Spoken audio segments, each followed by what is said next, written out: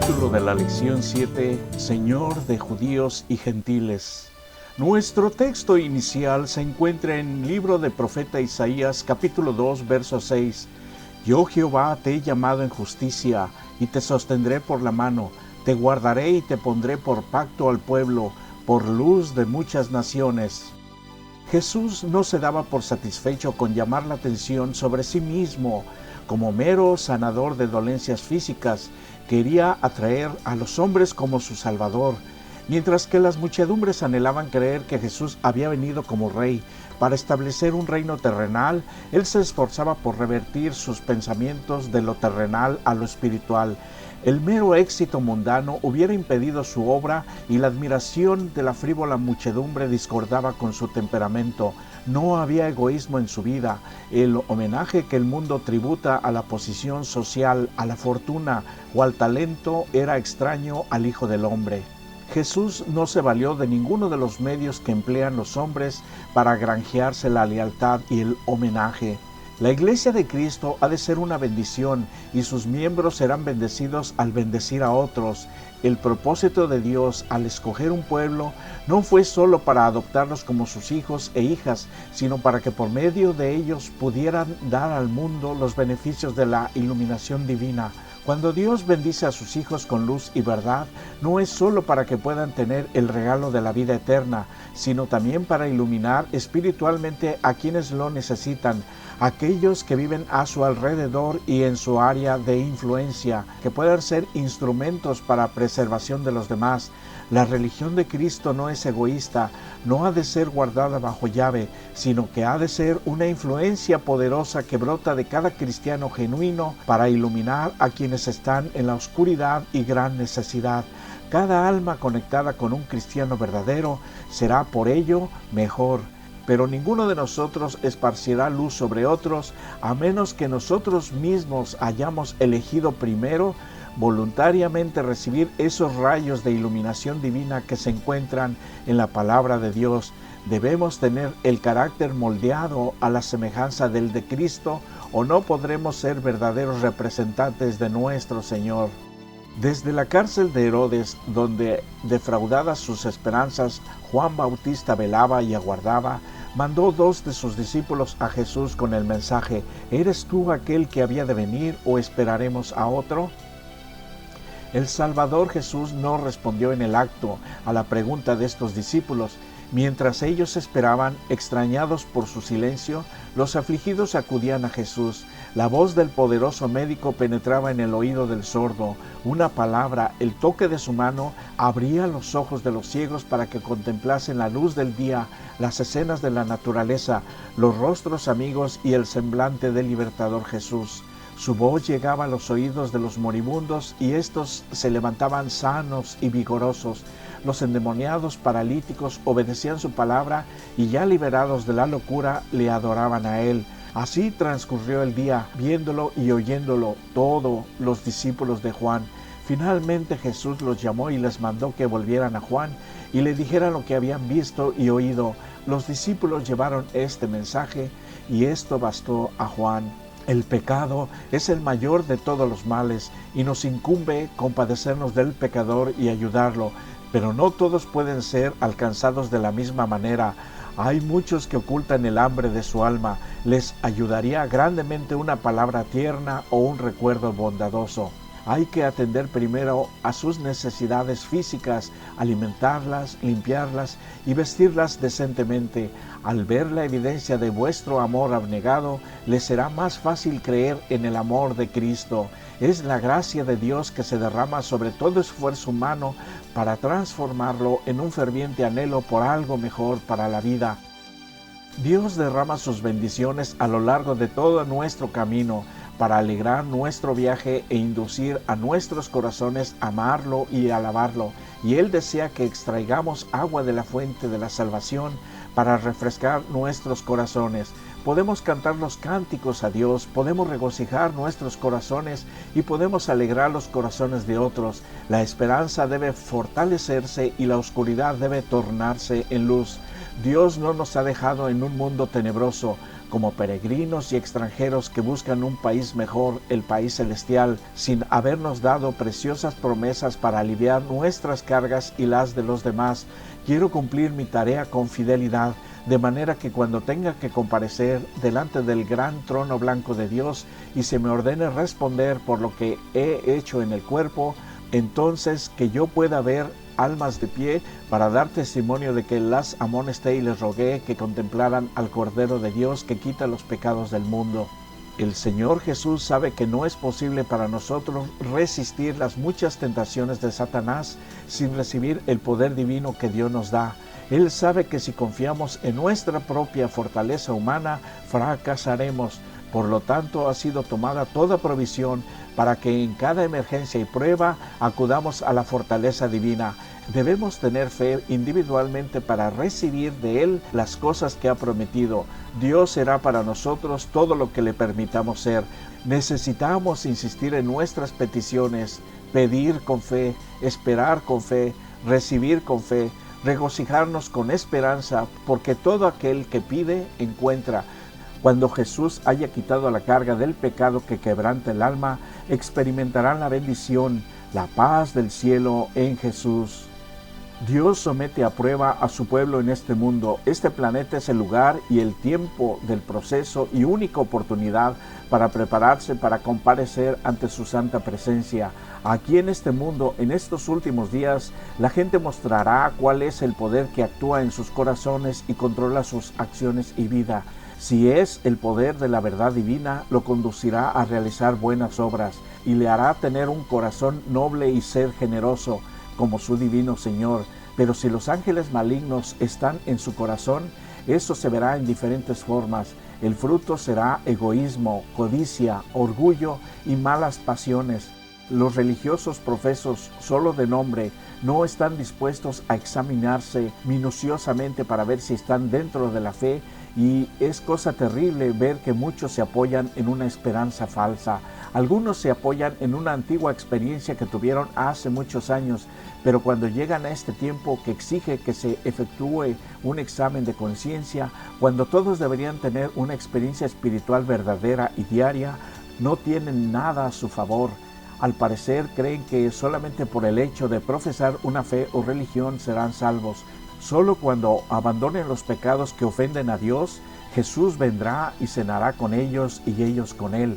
Entonces obtendrán poder divino de Jesús y crecerán en Él y podrán decir con santo triunfo: gracias sean dadas a Dios que nos da la victoria por medio de nuestro Señor Jesucristo. Por muy noble que sea lo profesado por aquel cuyo corazón no está lleno del amor de Dios y a sus semejantes, no es verdadero discípulo de Cristo. Aunque posea una gran fe y tenga poder aún para obrar milagros, sin amor su fe será inútil. En su celo podrá afrontar hasta el martirio, pero si no obra por amor, será considerado por Dios como engañado entusiasta o ambicioso hipócrita.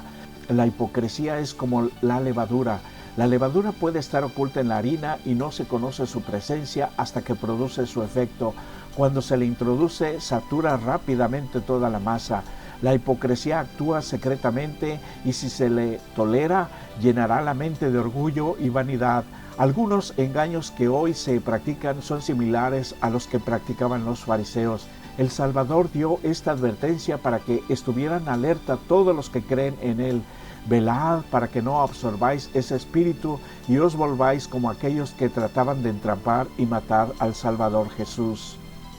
Cristo conoce cada alma, cada hombre y cada mujer, y había una mujer en especial. Cristo conocía su situación, Él sabía que ella anhelaba verle y se colocó a propósito en su camino. Ayudándola en su aflicción, Él podía dar una representación viva de la lección que quería enseñar. Recibió a esta representante de una raza despreciada como lo habría recibido los judíos. Con ello quería que sus discípulos notasen la manera fría y despiadada con que los judíos tratarían un caso tal, evidenciándola en su recepción de la mujer, y la manera compasiva con la que quería que ellos tratasen una angustia tal, según la manifestó en la siguiente concesión de lo que pedía esta mujer: ruega que se den las migajas que caen de la mesa del Maestro. El Salvador está satisfecho, ha probado su fe en Él, Por su trato con ella ha demostrado que aquella que Israel había considerado como indigna no es ya extranjera, sino ahora hija en la familia de Dios, y como hija es su privilegio participar de los dones del Padre. Cristo le concede ahora lo que le pedía y concluye la lección para los discípulos. Volviéndose hacia ella con una mirada de compasión y de amor, le dice: «Oh mujer, grande es tu fe, sea hecho contigo como quieres». Desde aquella hora su hija quedó sana. La mujer se fue reconociendo a su Salvador y feliz por haber obtenido lo que pidiera. Jesús anhelaba revelar los profundos misterios de la verdad que habían quedado ocultos durante siglos, a fin de que los gentiles fuesen coherederos con los judíos, con Cristo por el Evangelio. Los discípulos tardaron mucho en aprender esta verdad y el Maestro Divino les dio lección tras lección. El alma sincera y contrita es preciosa a la vista de Dios. Él pone su señal sobre los hombres, no según su jerarquía ni riqueza, ni por su grandeza intelectual, sino por su unión con Cristo. El Señor de gloria queda satisfecho con aquellos que son mansos y humildes de corazón. Gracias, me diste el escudo de tu salud. Cristo no era exclusivista, halló al dominio de la religión rodeado por altas murallas de separación, como si fuera demasiado sagrado para la vida diaria, y derribó esos muros de separación. En su trato con los hombres no preguntaba: ¿cuál es tu credo? ¿A qué iglesia perteneces? Ejercía su facultad de ayudar en favor de todos los que necesitaban ayuda. En vez de aislarse en una celda de ermitaño, trabajaba fervientemente por la humanidad. Inculcaba el principio de que la religión de la Biblia no consiste en autocastigo del cuerpo. Enseñaba que la religión pura y sin mácula no está destinada solamente a horas fijas y ocasiones especiales. En todo momento y lugar manifestaba amante interés por los hombres y difundía en derredor suyo la luz de una piedad alegre. Todo esto reprendía a los fariseos, demostraba que la religión no consiste en egoísmo y que su mórbida devoción al interés personal distaba mucho de ser verdadera piedad. Jesús tenía poco dinero que dar, pero con frecuencia se privaba de alimento a fin de aliviar a aquellos que parecían más necesitados que él. Sus hermanos sentían que la influencia de él contrarrestaba fuertemente la suya. Poseía un tacto que ninguno de ellos tenía ni deseaba tener. Cuando ellos hablaban duramente a los pobres seres degradados, Jesús buscaba a estas mismas personas y les dirigía palabras de aliento. Daba un vaso de agua fría a los menesterosos y ponía quedamente su propia comida en sus manos.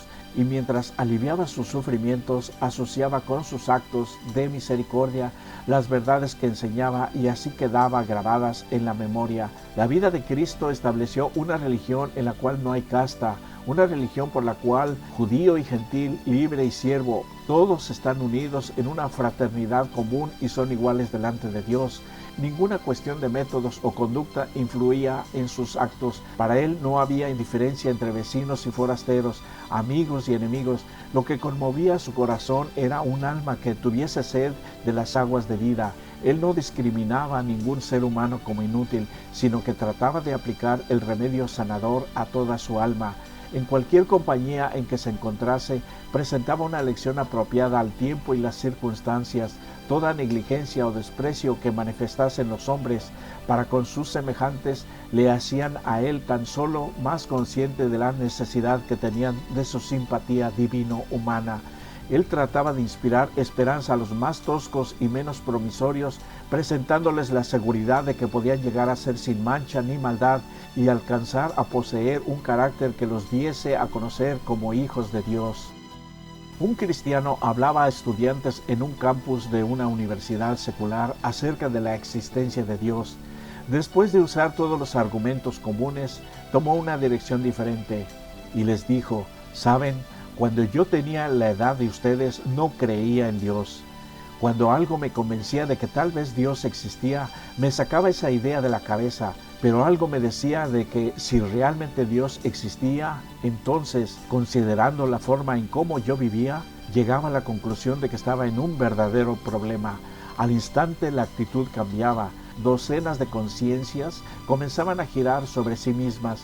Era casi como si la temperatura de la sala hubiese subido por la fricción detrás de todos esos rostros ahora incómodos. Había tocado un punto sensible. Estos estudiantes que no eran cristianos, tal vez no muy preocupados por los 10 mandamientos, sentían que no estaban bien en lo moral y que si había un Dios, ellos tendrían que responder por muchas cosas.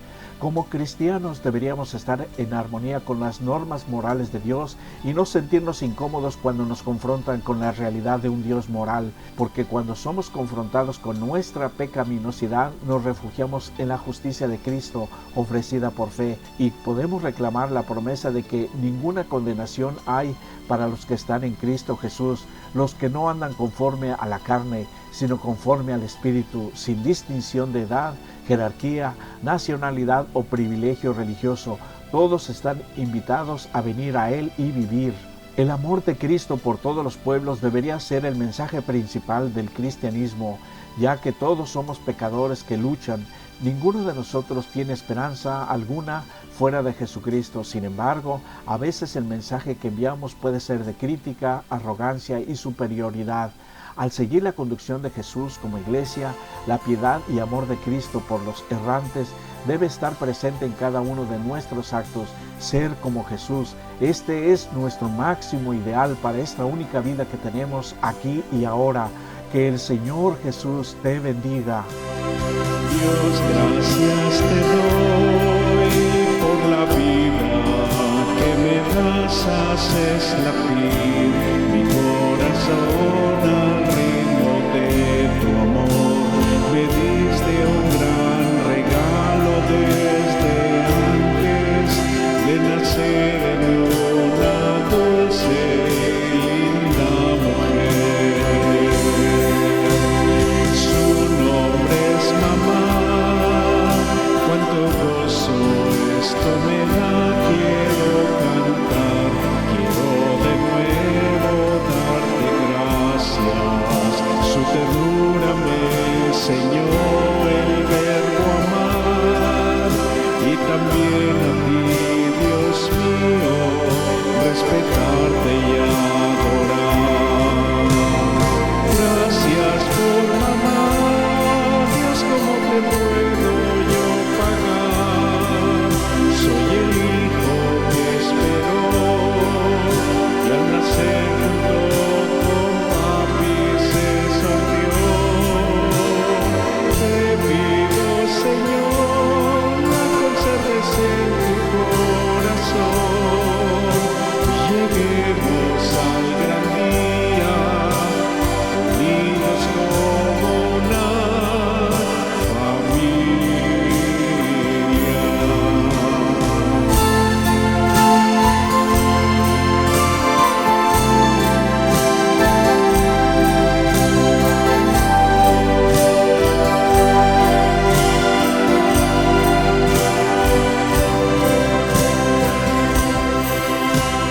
Mami, te quiero y doy las gracias por quien soy. Tú me educaste, me enseñaste el camino, y ahora vivo agradecido por darme este ser al nacer y en este lindo hogar crecer. Siempre pensaré que en ti, noble mujer, que soportaste mis primeros